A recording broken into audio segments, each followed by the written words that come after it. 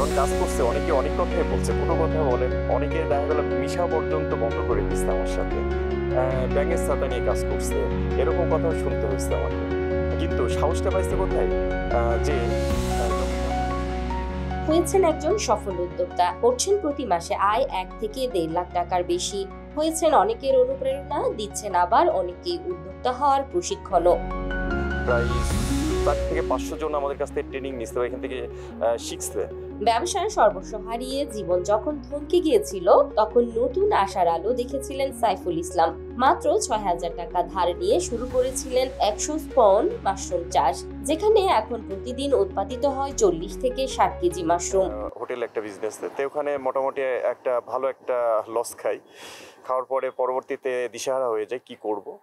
তো তখন ট্রেনিং এর কথাটা মনে ছিল না, তখন ট্রেনিংটার কথা মনে হলো যে না, আমি তো মাশরুমের একটা ট্রেনিং নিছিলাম। সাফল্যের পাশাপাশি সাইফুল ইসলাম হয়ে উঠেছেন অনুপ্রেরণার প্রতীক। অনেকেই তার কাছ থেকে হাতে কলমে শিখেছেন মাশরুম চাষের কৌশল। খামার দেখতে আসছি আর কি। আমি সাইফুল ভাইয়ের এই মাশরুম খামার দেখতে আসছি, ভবিষ্যতে করা যায় কিনা, হ্যাঁ এই জন্য আসছি। দেখে আমার মনে হচ্ছে হ্যাঁ এটা করা যায়, এবং সাইফুল ভাইয়ের কাছ থেকে যদি আমরা যথাযথ ট্রেনিং এর জন্য আসছি আর কি।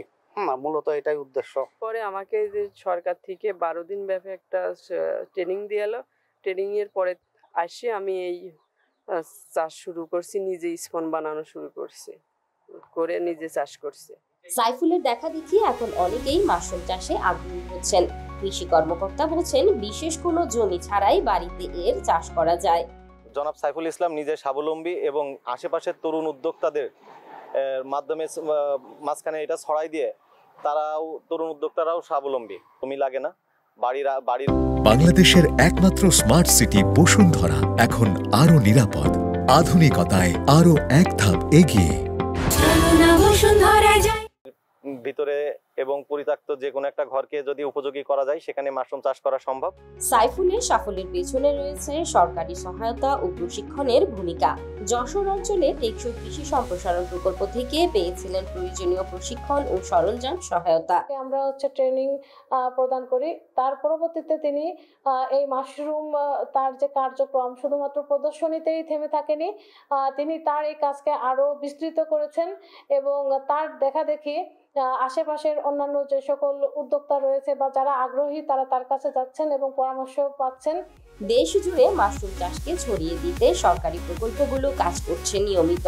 চাষিদের দেওয়া হচ্ছে প্রশিক্ষণ, উপকরণ ও বাজারজাতকরণের সহায়তা।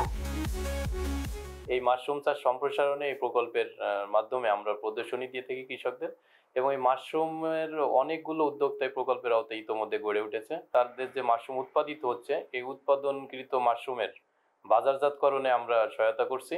মাশরুম উদ্যোক্তাদের সফলভাবে তাদের ব্যবসা সম্প্রসারণে আমরা এই উদ্যোক্তা প্রশিক্ষণের পাশাপাশি তাদেরকে বিভিন্ন প্রক্রিয়াজাতকরণ সরঞ্জামাদি আমরা বিতরণ করছি, যাতে করে মাশরুম তারা চাষ করে আধুনিকভাবে চাষ করতে পারে। এবং একসময় যাকে ব্যাঙের ছাতার চাষি বলে ঠাট্টা করত সবাই, আজ সেই সাইফুল ইসলামের হাতেই ঘুরছে কর্মসংস্থানের চাকা। স্বপ্নও দেখছেন নতুন উদ্যোক্তারা।